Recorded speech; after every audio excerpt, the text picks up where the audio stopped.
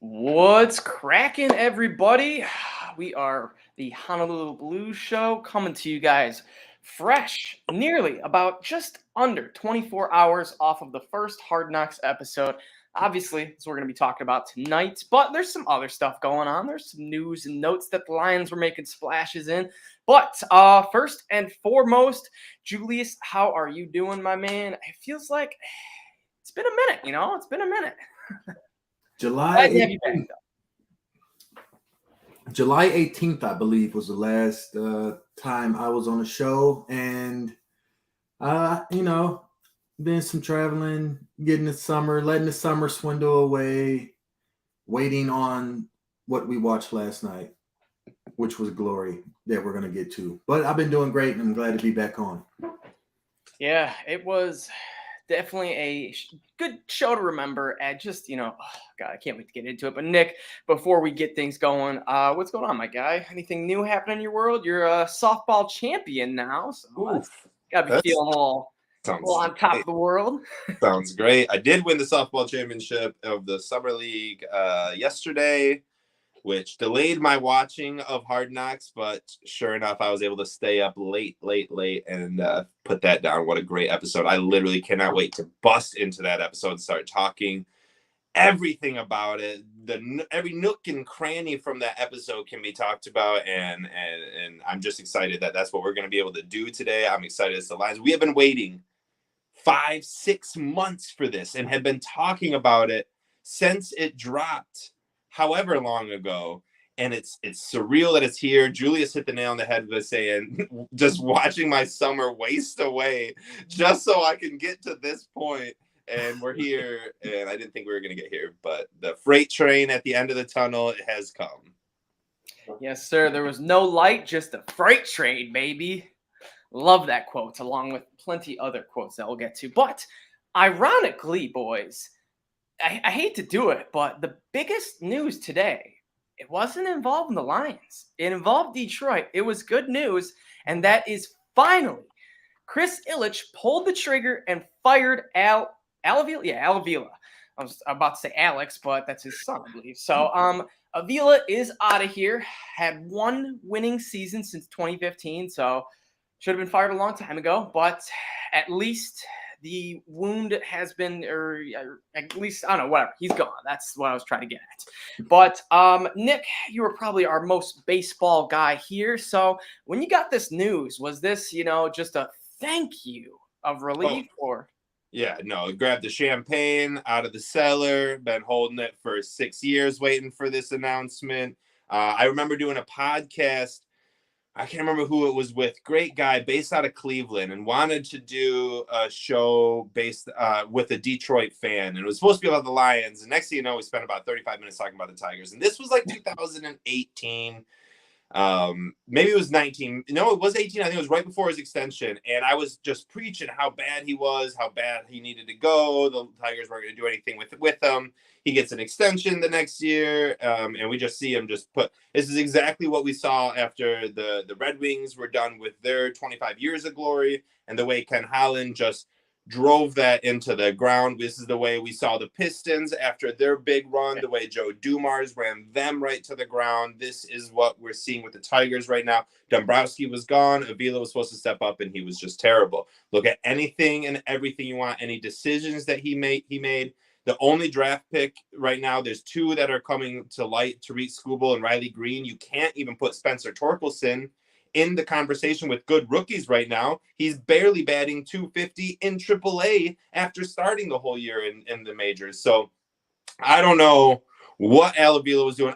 The thing is, like, and I hate to make this too long-winded, Chris Ilitch is the problem here. Yes. Yep. That he doesn't know what's happening. He doesn't care about what's happening. He only cares about the budget and the finance side of the game. He made multiple errors in his press conference after the firing of Al Avila. Terrible. It was to a point where you're extremely embarrassed that he is Mike Ilitch's son.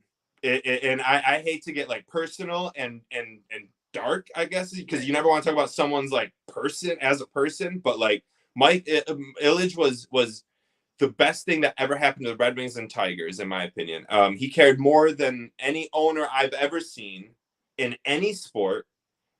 For Detroit, Sheila Fordham is kind of coming close to honestly. Yes, honestly. We're gonna get to that. But I can't believe that Chris Ilitch is running this team. I know Mike Ilitch is rolling over in his grave watching this. It is an embarrassment, and I absolutely hate Chris Ilitch, but I'm super happy that he did finally pull the cord.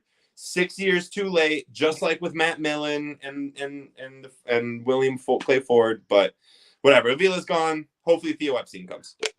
Yeah, that's what I've been hearing. Hopefully, Theo Epstein's the guy. But my other baseball insider, Ben Schaefer, shout out if you're listening. He said that we're gonna have to pay a boatload for him, and Chris Ilitch, not looking good. So yeah, but man, real quick, Julius, before you get in on this, when Ilitch said when he was asked about the trade of JD Martinez and Justin Verlander, and he goes, "Well, I didn't trade away those guys. That was our GM." No, Dude, buddy. he threw the blame so quick. Yeah. Yes, you are the owner. You have the 100% of control in the palm of your hand. You can say no, yes to any trade. You approve those. You were the final say. You were the one that made the trade. So, just a disaster. But at least this one piece of the puzzle is gone, even though it's not a piece of the puzzle. But you know what I mean. So, Julius, I'm not really sure how big of a baseball guy you are, but I know you follow the Tigers now and then. So, Al Avila, any thoughts? I'm not the biggest baseball guy, but I'm a big Tigers guy. You're right, Adam. And I follow Tigers day to day. And I'm very happy this has finally happened for the Tigers. They can move on. I'm sure AJ Hinch is going to be the number one decision maker on as far as who the next GM is going to be. Like, I'm pretty sure it's going to be his guy, because really this is AJ Hinch's team. He's like the face of the franchise. And Al Avila, I mean, he just made so many poor decisions to set us back. I was just relieved, especially yesterday after Hard Knocks, after watching that and being so elated. And this happens the very next day with the baseball team. It was just a great 1-2 punch for my day. Exactly. Yes, you said it perfectly, Julius. It was nice little like bam, bam.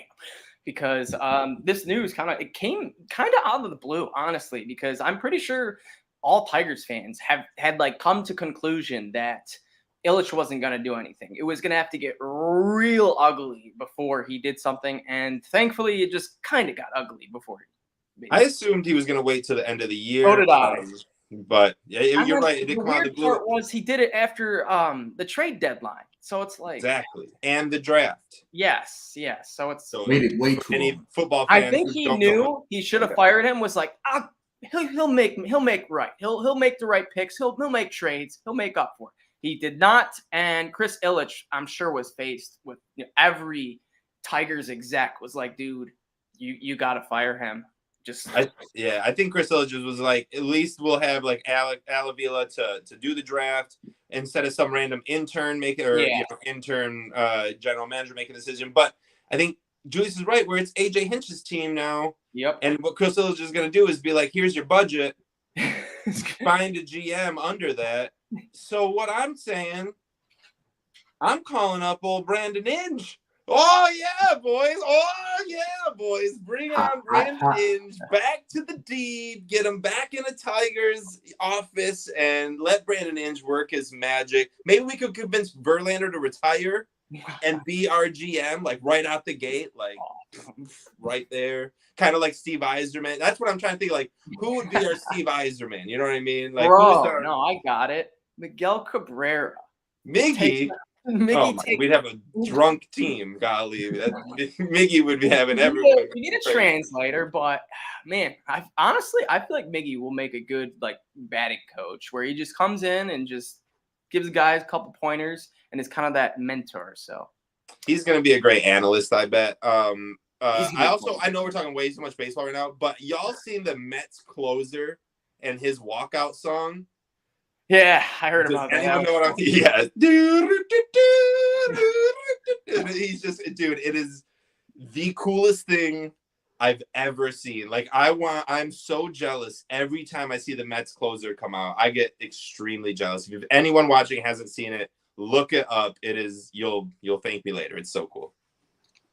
Yes, sir. Definitely a cool clip. And definitely something that, all teams, even the NFL, should, integrate like a little walk-up song for like when the offense is, walking out. They kind of do music in the background, but a specific song, like Jared Goff picks, some sort of song, which could be cool.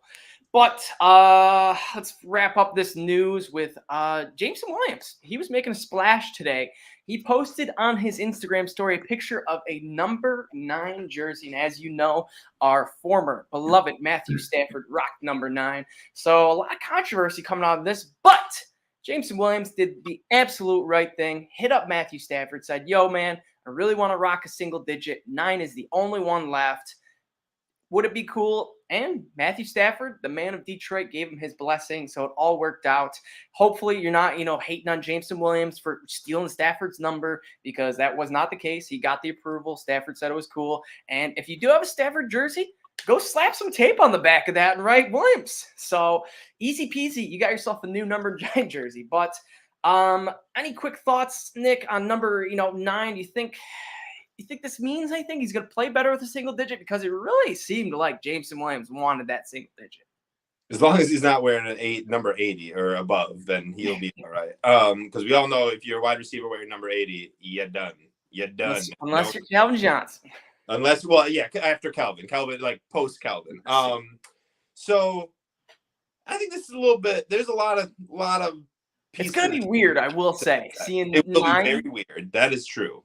I think Stafford was probably very happy. I think Stafford was like, yes, let those fans move on. Yeah. You know what I mean? Like you can't just like have these pictures of your ex-girlfriend for 10 years, hoping no one takes her spot on your redial list or whatever on your quick dial.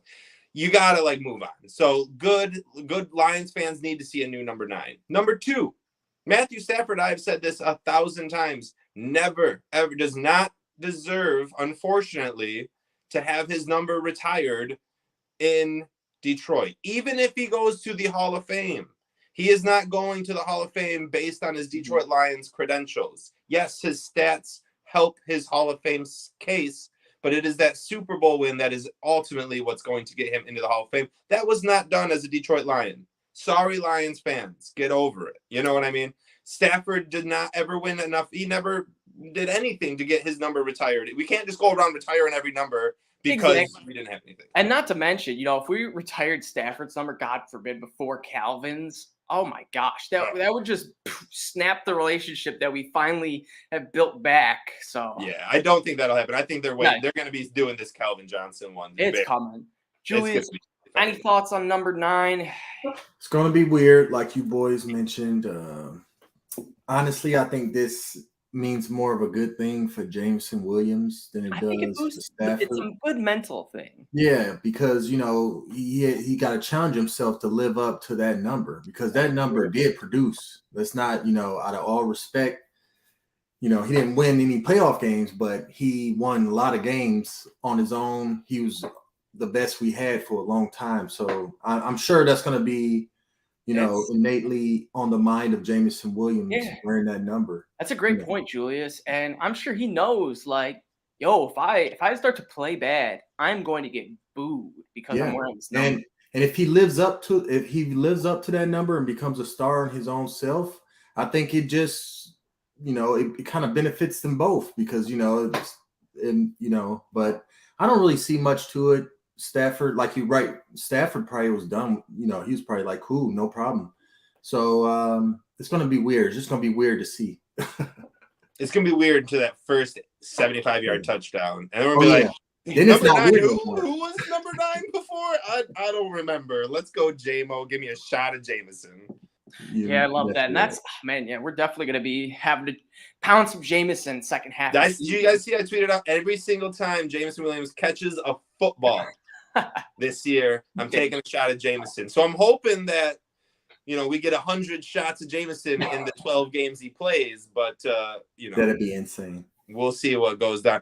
Wish me luck, boys. I'm holding myself to that. Hey, yeah, I would love to see you drunk every I'll Sunday. do it on the show. So throughout the hour-long show, however many balls he caught I got to do that many shots throughout the show. Love Oh, it. yeah. And then, next up, real quick, Bears, man, they are in shambles. They had Roquan Smith, their beloved defender, who, is taking over for Khalil Mack after they just traded him.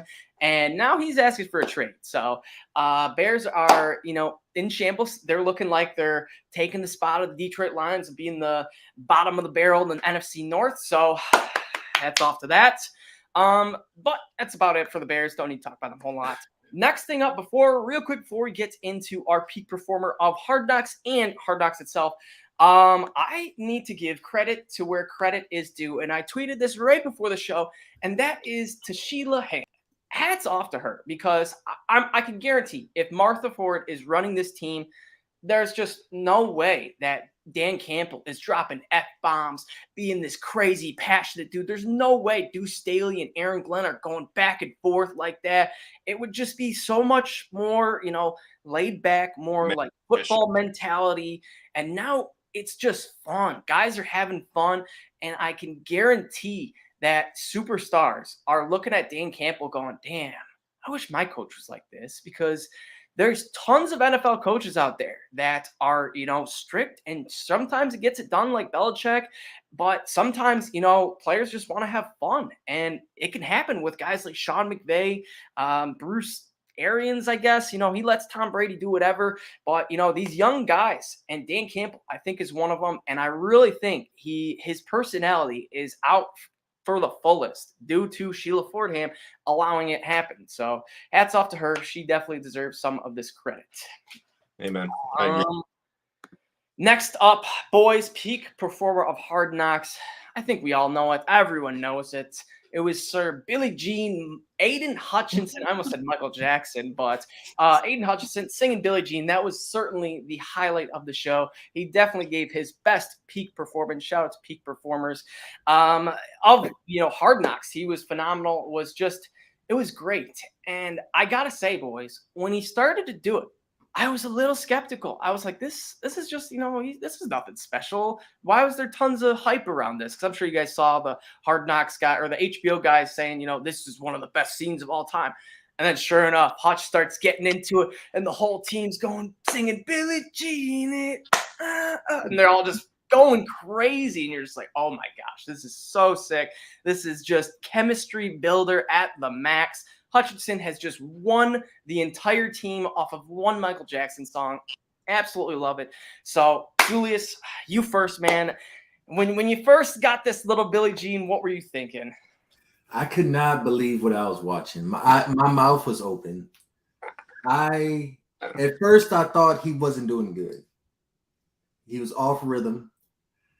He messed up the words in the beginning. I was like, it was shaky. it was rough, but he caught a groove, and that groove caught energy. And when he had towards the end, when he had the whole room singing, I mean, it was just amazing. It was just amazing. I don't know how you can not just love that moment of Hard Knocks, and especially so quickly in the episode. I just didn't expect it. I thought I saw a little preview. They were throwing around little clips, heard about it. But it really was one of the greatest, I think the greatest moments in Hard Knocks history, if not the greatest moment in Hard Knocks history, was his performance of Billie Jean. It's going to be legendary, especially if he lives up to his billing, which I fully believe he will. Hey, that song is going to be embedded into his career. That's how great that performance was. It was A+ TV, and I loved it. Now, Nick, you had a little genius idea for Aidan Hutchinson when he gets a sack. So break it down for me. Tell me this brilliant idea and how it needs to happen. Well, as everyone who listens to the show knows, I'm very critical on the Lions PA announcer at the games with their forward down the field. Oh, another victory. Dude, it's the worst freaking thing in the entire freaking world, and I'm so sick of it. And every time I hear it, I get embarrassed to be a Lions fan. So what we need to do is come up with awesome ways to get music pumped through Ford Field to energize the fans. And what would be better than every single time Aidan gets a sack? According to Julius, it'll be like 45 of them this year. And what better way to just get that sack, and as soon as it, not even so, Aidan Hutchinson with the sack. You don't even need it. Just drop. Billie Jean is not my love.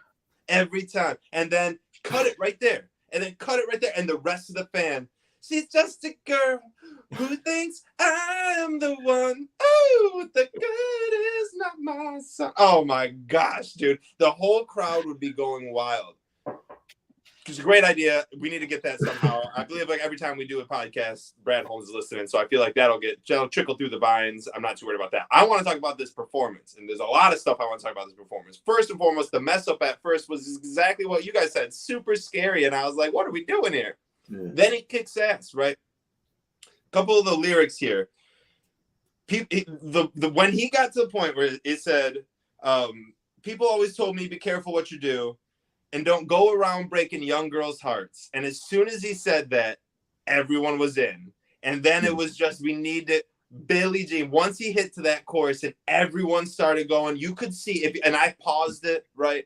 And clicked to every millisecond to see everyone's reaction. I swear to God. Look at who was smiling, who wasn't smiling. There are a couple guys that weren't smiling. See who was dancing, who stood up, who didn't. I wanted to see Brad Holmes was loving it. Dan Campbell was loving it. Deuce Staley was. It was great. It was great.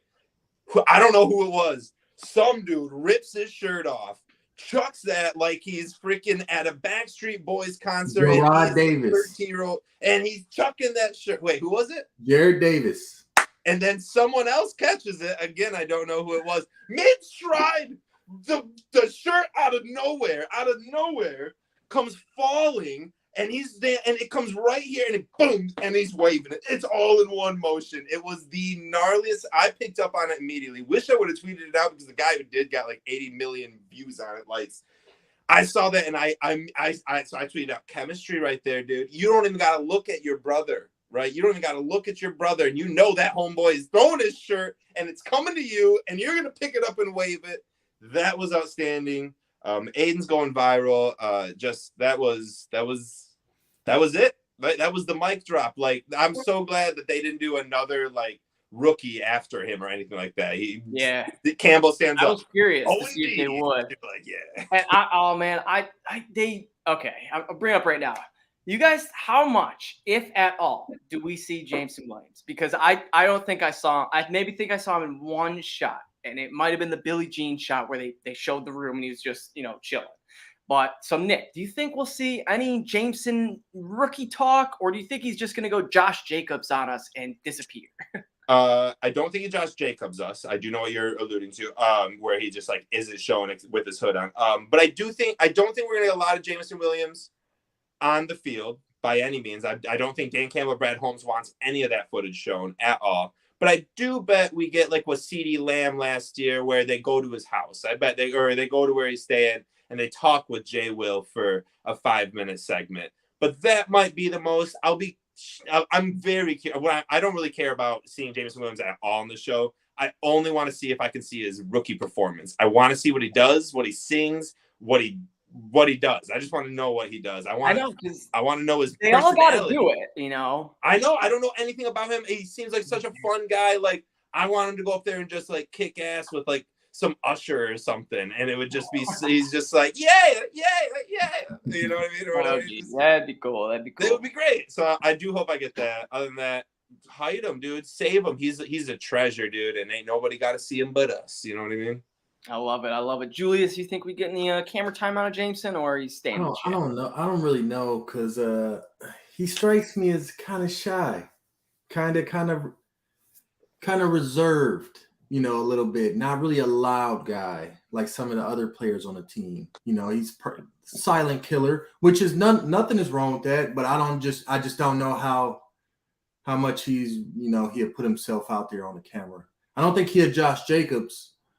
He does seem pretty goofy, like he got some jokes and he's very friendly. Like he was on the Patricia's freaking quad. I saw a picture of him on the quad. He was doing like pictures with the fans and stuff. We still got the quad. I'm pretty sure the Lions bought the quad. That's awesome. It is definitely still in. All right, Trisha, you're fired, but we're keeping the quad. I think he's more like Calvin Johnson-esque, kind of, where he kind of just Just not a loud person. You know, Kelvin would have Josh Jacobs Hard Knocks. He probably would have. probably. Kelvin would. Kelvin was very shy and reserved, and especially early in his career. Now it's super fun to see Kelvin talk. Like I saw him talking with who's the guy from Key and Peele who's a big Lions fan? Keegan Michael Keegan Michael Harris. Kegels. Wait a minute. What are we talking about? Wrong podcast, Julius. Wrong podcast. Adam's like, "What's a Kegel?" Anyways, I saw him and Calvin Johnson talking, and they were hilarious together. That's what I want to say. Absolutely. Yeah, they're funny guys. What? Yeah. Oh, wait. I'm so sorry. Are we gonna keep talking about? Are we done talking about Aidan? Because there's like 2 more things I want to talk about Aidan. Can we just talk about him real quick for a little bit more? Absolutely. There's a football show. Wait, what? Wait, what? We could talk about the future Hall of Famer all show. I'm gonna try to do that because right now there was 2 things. First off, did you guys see the scene, the ice tub scene with him? Yes. And I don't remember who, but talking to the dude. I feel like it was someone out of Memphis. It was definitely someone out of Memphis, and Aidan ripped him for going to Memphis, and I was laughing. He's like, "You went to Memphis?" He's like, "Yo, man, I'm from Nigeria, you know, something." And he's like, "I didn't know recruiting. The coaches seemed cool. That's why I went there." And he's like, "Nah, man." I love that scene because it was such a polarizing. Those two, I believe his name is like Iwani Ov. I can't really pronounce it, but he's undrafted defensive tackle out of Memphis. And he was not highly recruited out of high school because he had only learned football after coming to America. I don't know. He played for like a few years. And compared to Aidan Hutchinson, you know, who he was like this big recruit, but everybody knew he was going to Michigan. He was a legacy. Everybody knew he was going to be good. He just got the $23 million signing bonus, number 2 pick. Just 2 different worlds these 2 rookie defensive linemen live in. And they're kind of meeting right there in the ice bath, talking about it, joking with each other. It was pretty – I like that scene. I agreed 100%. It stuck with me. That's why I wanted to bring it up. Also, now I'm going to be a little critical. And I was probably going to save this to the end of the show. But fudge it now. We're in it. I've said it already, so we're doing it. Aidan Hutchinson looked so freaking good on one-on-ones versus Penei Sewell that I'm a little nervous about Penei Sewell this year. No. Aidan Hutchinson could just be amazing, or Penei Sewell might have a sophomore slump, and I hate to be that guy to say this, boys. But you got to be serious. You got to be critical. Not everyone's just amazing all the time. In my opinion, watching the one-on-ones that I saw from the Hard Knocks show, and that is it, Aidan Hutchinson whooped Penei Sewell. Yeah, that's just my opinion. Nah. You cannot judge those few clips. Just those few clips. Show. That's all I got. Right. That's all I'm basing it off of. It could be 100 reps I'm missing out on. He handled him on a couple of the reps too. I mean, it was almost like beat on every one of them. Almost every clip I've seen online is Hutchinson beating Sewell, and everyone's like Hutchinson. Okay, I've seen one great Sewell like just dominating Hutchinson. I've seen Hutchinson, the one where he just rips Sewell down and gets by, and the assistant coach is like, "Oh my god," thinking he's about Hutchinson is just really, really good. Okay, and so is Penei Sewell. Now listen, after all that on Hard Knocks, they cut to Penei Sewell, and who was asked then about Aidan Hutchinson, and his only response is, he said, "This is verbatim: iron sharpens iron. That's all I have to say about it." Yeah. Meaning, that's not like, "Oh, he's good. He's going to be a talent. He's going to be great. It's so fun going against him." No, it is. That's all. He didn't even just stop and wait for the question. He physically went out of his way to say, "Iron sharpens iron." That's all I have to say about that. Meaning, there is something. I'm just saying. I think Sewell, in the beginning, was like, "All right, I'm gonna bully this shit out of this rookie. He's basically a college guy. I went up against, NFL studs." And Sewell held his own, and Hutch studied him and was like, "All right, you wanna play games? We're gonna play games." And Hutch got the best of him a couple times. So I think it is gonna be a phenomenal battle. I'm with you, Julius. No worries on Sewell. I think real quick though with Sewell, he's good as a run blocker, but he may very well be not a liability, but against the premier defensive ends, you know. And if that's what Aidan Hutchinson is, I'm cool with that. Right. And agreed. Right. And this isn't I'm trying not to get too excited about Hutchinson. I gotta look at it a different way. I gotta be like, boy, I can't just be like Aidan Hutchinson is the best thing to ever there's gotta be a different side to this. So I'm trying to open my eyes, and sometimes opening your eyes brings you to bad things you need to talk about. But we need to talk about that.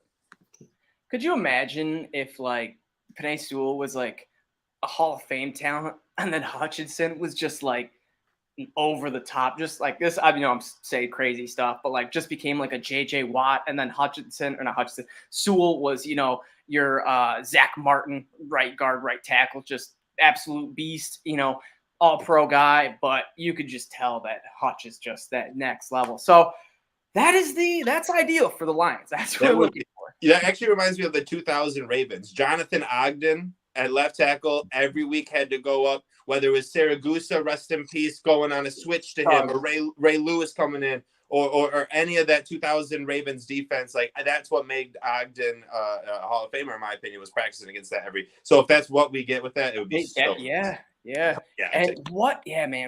Honestly, I do think this is going to help Sewell, because he's realistically, if we didn't draft a defensive end, if we, went quarterback or something else, or didn't get Hutchinson, Sewell would be going up against, Charles Harris, Brockers, maybe just, B-, C+ level talent. So great. Let Charles Harris hear you say that. Yeah, I know. Don't worry, Charles. I know what you're capable of. I don't think they're listening. I think we're all right. Hey, if you guys are, come on the podcast. Yes, please. We love you. You're an A+. But yes, Aidan Hutchinson wasn't the only star of the show. Right in the beginning, man. Nick, I don't know if it's your brother, your cousin, your uncle, your dad, but Thomas Favors said, he goes, "I feel sorry for our opponents who have one butt cheek and three toes." Exactly right. That's my dad, and he stole my quote. That was one of my favorite quote of the week. Gosh dang it. I don't care if you have 3 toes and 1 ass cheek. We're going to beat the fuck out of you. That's the greatest thing I've ever heard in my life. It's just such a Dan Campbell quote, and just such a tough guy, manly man quote, where it's I don't care who you are, what you got, we're going to beat your ass no matter what. And it's yes, that's the mentality I want, fight until you can't get up, bite their kneecaps off, bite their, third toe off, take their only butt cheek. I want it, So Julius, when you first heard this quote, did you laugh, or were you man, this guy? I was this guy because he motivates me in life. That episode, I don't know how many times Dan Campbell had me introspective motivated about my own life. And he's not even talking to me. He's talking to his football team. But that's the kind of energy and passion and authenticity that he carries that is just so different than the likes of Matt Patricia. And I am just so very much happy. Opposites. I'm just so very much happy that Dan Campbell is our coach. And you can tell that the players respond. And it's amazing. This guy 5 times during that show. Love Dan Campbell. He's such a character, and just such a complete polar opposite of Matt Patricia, and just this is what we needed. And even if, God forbid, Dan Campbell, busts out, wins 3 games, 4 games, gets fired, at least he changed the culture, because we're not going back to strictly business, pencil in your ear, riding a quad around, moving on to next week, not acknowledging any mistakes, just, beating around the bush. At least we have a different foundation. So that's one thing Dan Campbell and Brad Holmes have given us so far. So yeah, good to see. Nick, any quick little thoughts? I know you gave a couple, but on the butt cheek and toe quote. I need to do the t-shirt. Let me ask you this, Nick: is this your favorite Dan Campbell quote to date? Yeah, probably is. It probably is. The one ass cheek. The Who first thinks very of- first press conference and the kneecaps, I feel like is embroiled in my Yeah, brain. that's very Yeah, true. yeah, yeah. It's Yeah, his that's the his number staple. one That's the moment. staple. That's like Iron Man, right? That's like the Yeah. that's just like it set the tone for the entire MCU. It That's set how it the tone, started. but it was where it started. But I like the Avengers. I like this three toes, one ass cheek. I'm gonna be a little critical again. Can we explain something to me? So I'm watching, first and foremost, I love Dan Campbell more than anything. I love all our coaches. When Dan Campbell starts going, kind of gets on a tangent sometimes, and I was noticing that first speech where he was kind of roller coastering around, but he ends with the Metallica quote, right? And he ends with this Metallica quote that says, when you're walking down, or when you're going down the tunnel, what the light at the end of the tunnel isn't the light to get out of the tunnel, it's a freight train coming at you. What does that mean? Who is he referring? Is he saying that the Lions, like the players that he's talking to, there is no light at the end of the tunnel, and all you're going to get at the end of this tunnel after working your ass off and believing in me is just a freight train that's going to whoop your ass called the NFL referees? Or is he like telling them to think this when they're playing the other team? So when the other team thinks there's a light, the Lions are the freight train. I was very confused. Yeah, I agree. So we didn't get this right. That one, I think that one fell short. Adam, can you explain it to me? Yeah, I think he was kind of, trying to find his point. And I don't think he found it. That was the one where he's like, okay, this is where we're going with this. And I think he meant I don't know if he implied you guys are the freight train and the other team is like, oh, right. We see the light, and bam, no you don't, we're the Detroit Lions, buddy. Right.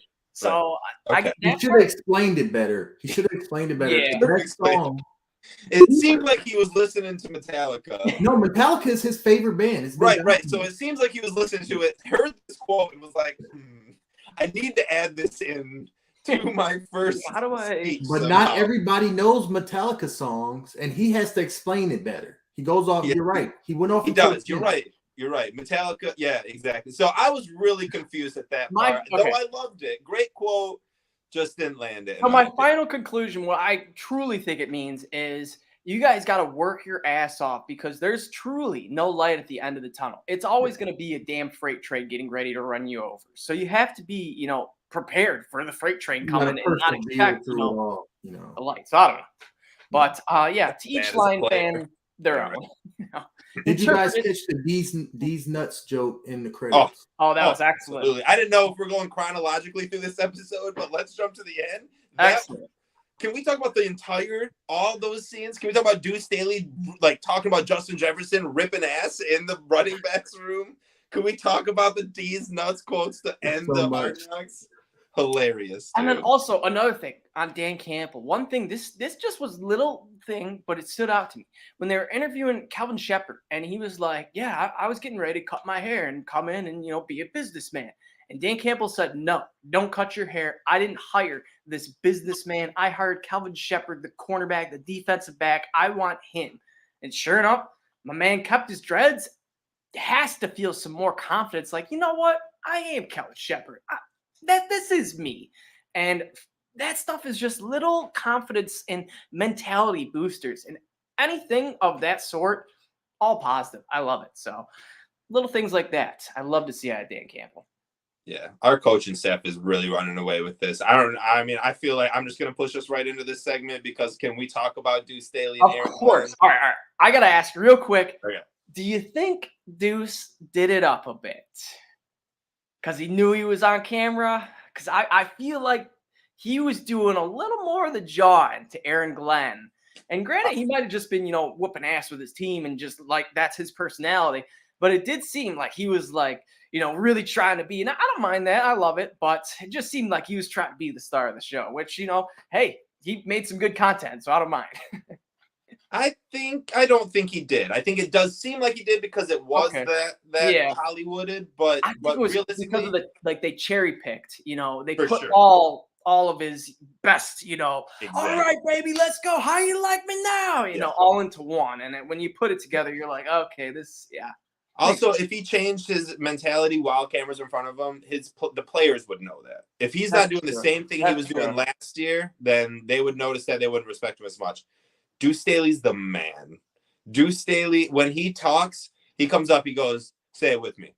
Grit, love, or what is it? Grit, team, love. And he says, do it again. Grit, team, love. And dude, I'm like, yes, Deuce. I got to meet him, Kelvin Shepherd, like all these guys at the Senior Bowl this year. Like Kelvin Shepherd was such a good guy. Deuce was so funny there. Like I can't get over this relationship with Aaron Glenn. That was nuts. I want to ask you guys, Julius, I know you're waiting to get in here just to even talk about it, but I'm going to ask this question and I'll let you lead off with it. Do you think it's distracting from a player's, instead of getting chirped at, instead of like talking to the players, hey, what are we doing here? You need to be doing. He's at Aaron Glenn. Hey, what do you I don't think as long as it's not constant, because I'm sure that it's not constant. I'm sure they just getting these little intense when they go into offense versus defense, little quick 2-minute drills, whatever have you. If going play by play, or I don't think they do it like every practice, all practice, you know what I'm saying? So as long as they're not doing that, I don't think it's too big of a distraction. And it's funny because my wife watched it with me and she thought it was a bit toxic, like a toxic masculinity. I could see that. On it, like, who's more manly, who's more tough, who can force the other guys to play better. But I was just telling her it was just in the nature of the game. I think, football, it's a tough game. We hit grown men strong are hitting each other over and over, and they want to succeed. And that competitive drive, if you ever felt it, I know you just won a softball championship, Nick. You want to win. And that will to win from grown men on a football field is strong. And that's what we see with Aaron Glenn and Deuce Staley. I love it, though. I love it. I don't think it's too toxic. And to go back on what I was saying, I'm going to take back what I said. I don't think it was overdone at all. I think it was multiple practices that was, take this from like a week's worth of practices of Deuce Staley's best moments put into one little clip, which seemed like this was just, a 30-minute scrimmage where Deuce Staley was just going crazy, So I think it was, over time then clipped into one. But we'll see with these next episodes. If he's still, doing that every show, then maybe he was doing this every practice, a lot of every practice. So bottom line, as long as it produces and gets our team wins and makes the players better, I'm fine. Do whatever the hell you want. I agree 100%. But it was so fun watching those two, dude. Watching Aaron Glenn, it looks like a big brother, little brother. Yes. Yep. And Aaron Glenn's the little brother who smiles and takes it. And like, don't worry. When he can, but normally it's just dudes. I'm certain, that's what vultures do. They wait for you to say that, they come and eat you, He was a master-ish talker, Deuce Staley was, I thought, in the show. Like, he was talking mad crap. I think they're both going to be future head coaches, though. I agree with that as well. At least like high profile like coordinators. So like obviously, I wouldn't be surprised, Aaron Glenn goes over the Chiefs, becomes their defensive coordinator, something like that, I don't know. I don't think he's going to leave without a promotion. He's already the DC. I agree. I don't think he goes in a parallel direction unless we move. Yes, I think it'll take promotion and, step up team. But I think for both of them, it's head coach is the next promotion. Okay. Deuce doesn't want an OC job. Deuce is already assistant head coach. And the running back. He likes what he's doing. He's going to get a head coach. And so, and again, just because this is how the NFL does it right now, if Aaron Glenn and Deuce Staley both get head coaching jobs, that is two separate third-round picks for each gentleman who gets it for the Lions because of a minority hire. So it would stink to lose them, but there is a little. Exactly. Win-win, We're sitting pretty with them. And then while we're on the topic of, our coaches, this was said in the episode, the Lions have a combined 86 seasons of NFL experience on their coaching staff, which I believe is the most out of any NFL team. So interesting route that Dan Campbell's going, but honestly, like it can't hurt. All these guys have so much experience. Mark Brunell, he won a Super Bowl. There was another guy on our team, that Antoine Randall, he won a Super Bowl. So it's guys not with just, play experience, but with playoff experience. And when that time comes, it's like the only one with experience is Jared Goff. And he may not even be there when the Lions are getting ready to make their legit playoff runs. So I like that we have a lot of experience. And honestly, it wouldn't shock me to see Dan Campbell, just stay on this route. Like if we lose Deuce Staley, he goes out and, signs Adrian Peterson or, some other, former Hall of Famer, good running back or whatever. But 86 seasons, that's a lot. Nonetheless, boys, the one thing I did notice is with Hard Knocks, I knew it was coming. We all knew it was coming. The bandwagon fans and the media was about to just... That's why I tweeted out before the show. I said, don't jump on right now. Don't do it. I don't want you. Yep. And I tweeted out, I was like, hey, I appreciate the day one fans. I know who you are, but we're about to get a lot of bandwagoners. And hey, we're the Lions. So honestly, boys, are you guys going to embrace the bandwagon fans? Because honestly, the Lions win a playoff game, we're going to have a lot of young just kids that are like, oh, I want to root for the Lions. They were the worst team ever. Now they're doing good. And also, I think with, I hate to say it and get into, Deshaun Watson news, but with Deshaun Watson playing for the Browns, he, I think, costed a lot of Browns fans just, playing for the team. So it wouldn't shock me if there was a lot of fans that were, rooted for the underdog, saw the Browns were kind of on the up and up. The Bills are now a powerhouse. The Bengals are kind of now a powerhouse. And the Lions are kind of like the lone wolf along with, I guess, the Jets and maybe like the Texans of the bottom of the barrel. So could be seeing some bandwagon fans. You were shaking your head no, Nick. So give me a little take on it. Yeah, I don't really care for bandwagon fans. But it's inevitable, right? Man, I had a really good point. I'm trying to think of it right now. Shoot, I think I might have dropped the ball on this. I had like a really good point when you were asking the question, and I can't remember what it was. Ultimately, though, no, I don't want bandwagon fans. Like, I don't really care. I don't care. I don't want. We're like the pity party, right? Like people will root for us. Just the same reason why everyone in the world, every single person in the world right now is a huge Josh Allen and Bills fan, because everyone has saw the torture and torment that they've gone through, and they're like, they just deserve it. I don't want that pity. I don't want your bandwagon because we deserve it, because you want the Lions. No. And that goes for mostly, and I don't really, realistically, the outside of the nation, yeah, I hope everyone outside of Michigan becomes a Lions fan and becomes a bandwagon fan. I guess I need to be more like, I don't want Michigan, people who live in the state of Michigan, who consider themselves Lions fans, but right now have given up on the team over the last 20 years, 10 years, 5 years because of everything, and still say that we're going to suck, we're not going to win any games, our linebackers are terrible, this and that, watch Hard Knocks, and, oh, well, actually, no. You don't get to do that. If you couldn't stand by us for 70 years, 50 years, 20 years, 5 years, you don't just get to jump back on. That's not how it goes. You live, die, breathe, eat, sleep Detroit Lions football fandom, or just go be a Browns fan. I don't really want you. Everyone else in the world, though, please come be a Lions fan. We would love to have you. Nick, I love it. You just gave me an idea for a brilliant tweet. Gonna put if you weren't a fan of, something like, you weren't a fan of these Lions, then don't be a fan of these Lions. It's gonna be like Matt Patricia, like I would tread lightly with any Matt Patricia, but I get what you're saying. Jim Caldwell, maybe, or whatever. I don't know. I see what you're saying. Tread lightly. Yeah, I'll throw Jim Schwartz on there. Yeah. Patricia, that would be the one where I'd be like, oh, shit, maybe I wasn't a Lions fan at that time. Crap. I hated him.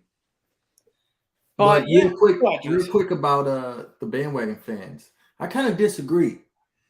I welcome them. And first of all, the Michiganders and Detroiters, I've been a Lions fan my whole life. I have massive amount of receipts on the people who are not real Lions fans that are going to try to become Lions fans. I'm going to roast their life immediately. I know who every last one of them is because I've been listening to them talk for like my whole life. So, but everybody else, first of all, we're going to have massive haters in the states of Wisconsin, Illinois, and Minnesota. None of those fan bases are going to accept the Lions' rise. They're gonna just drag us down every chance they get because we're the poor kitty cats of Detroit that they've been I would beating. do the same to them. You know what I mean?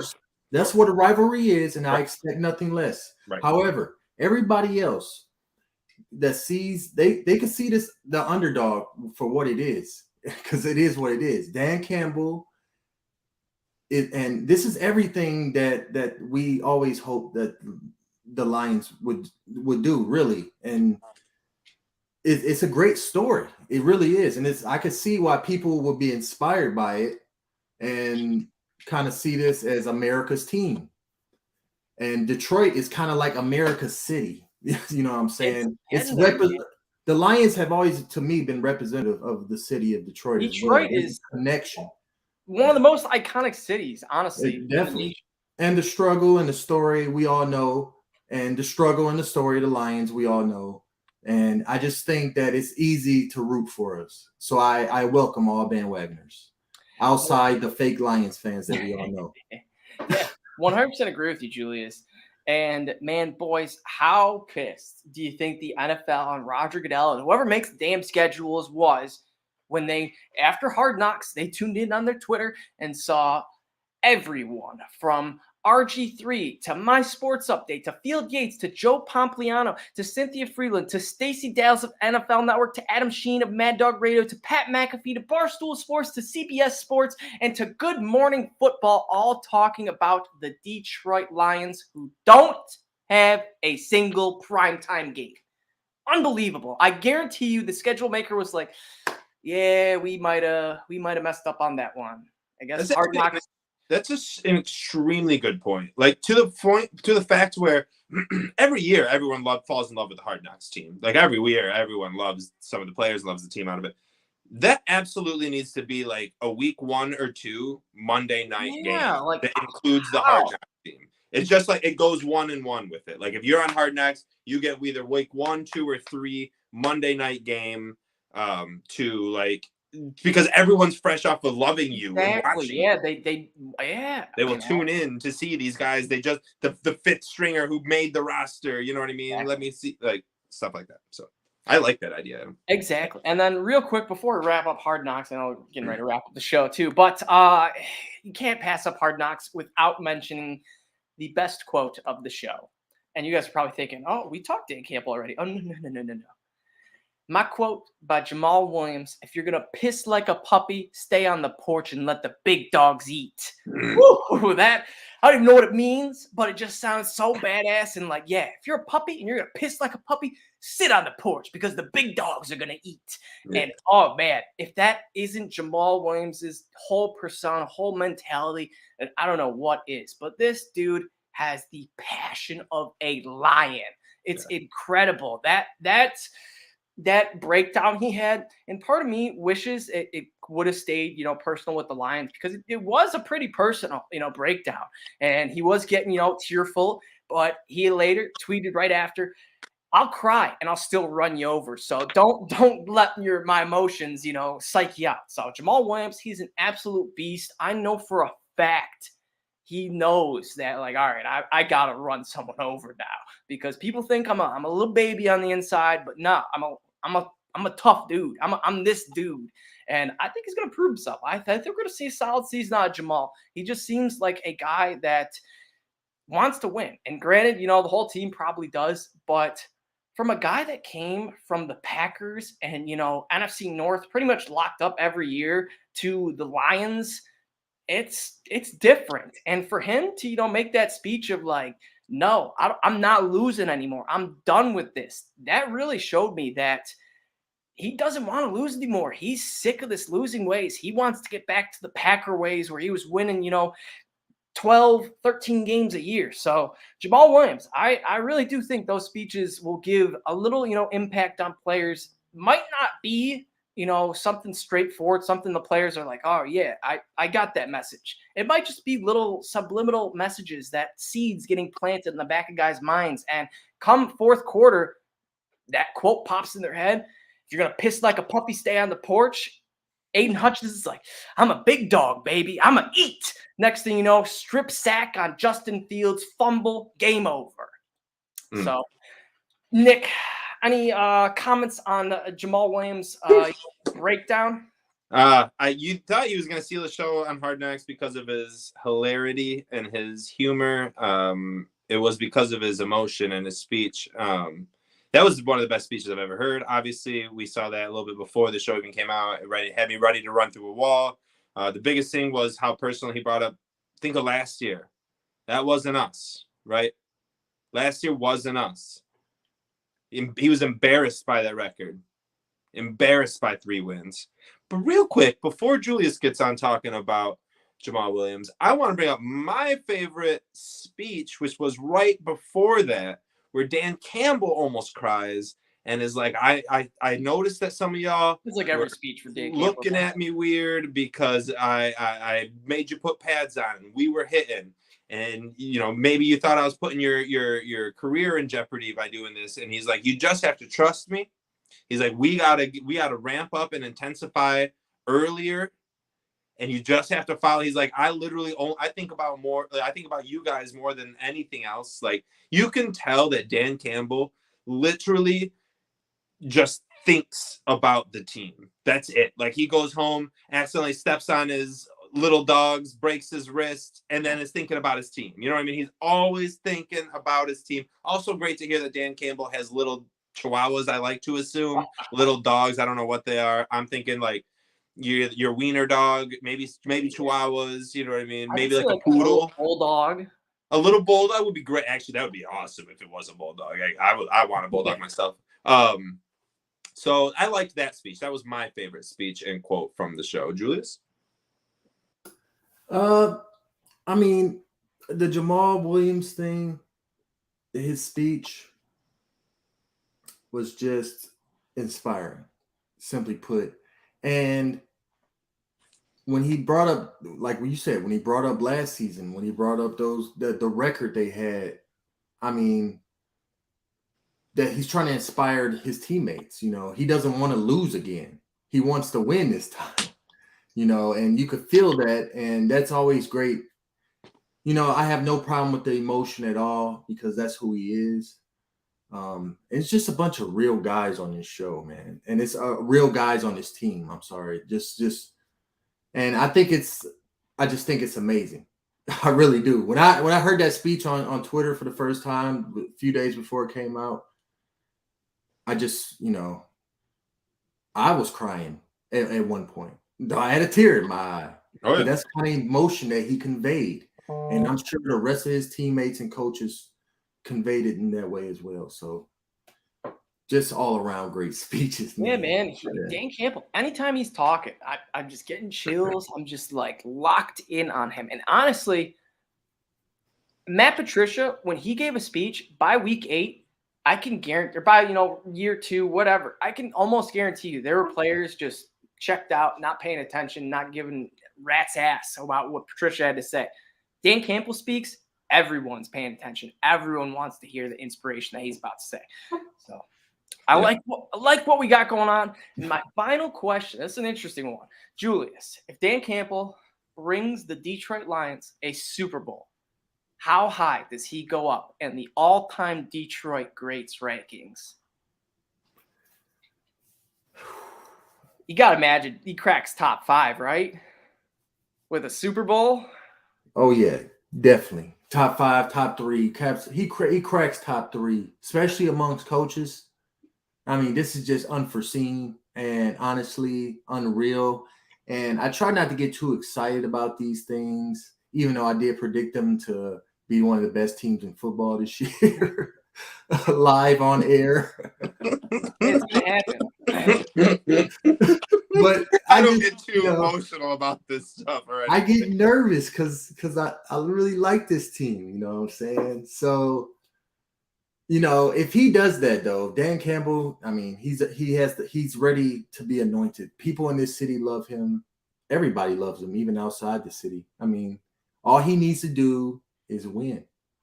If he don't win, this is, it was just we take the good from it, what we got from it, but without the win, it's unfulfilled. You know what I'm saying? So we need winning next from Dan Campbell. I agree. And as always, winning cures all. But it is interesting to see, the media go complete flip-flop from year one of Dan Campbell, where he's doing, up downs and wearing a racing helmet and, being a goofball head coach and not getting the respect. And now this year, all the media is like, oh, this guy's a motor. He's a great, and he speaks volumes of words. He knows what to say. He's got great quotes. He's a motivator, this, that. He's going to be a good coach. And it's like, where was that last year? This is still the same guy. It's just the classic media flipping and doing what they want. So it'll be interesting to see if they really get behind our backs, if the Lions, start posting some dubs. Yeah. Well, but boy, that's the thing about Hard Knocks, though, is that it shows the media what it shows everybody, that the truth about everything about Dan Campbell. They could just make up stories about what they think they know, but they see it on Hard Knocks. The whole country sees it. They can't deny it. No, the media just is also a snowball. So, like, one person says something bad about Dan Campbell, everyone's got to do it. Someone says one good thing about Dan Campbell, everyone's got to do it. Mm-hmm. It's like, man, you put out these days. If you're in the media and you put out a spicy take, dude, everybody's got to come tell you what's up. No one cares about your good takes. They only care about your spicy takes. So, fuck the media. Realistically, they suck, and I don't consider ourselves part of that because we aren't the media. We do a show about these guys. So. Yeah. Hey. Also, hey, Hard Knocks, 40-minute episode as opposed to an hour every single episode for the last 12 years. I know. I was pissed about that. And then they come to Lions and they cut 20 minutes. I know. What the fuck is that? I was kind of chin scratching. I was like, I wasn't sure if that's how it always was, like a 45-minute straightforward show.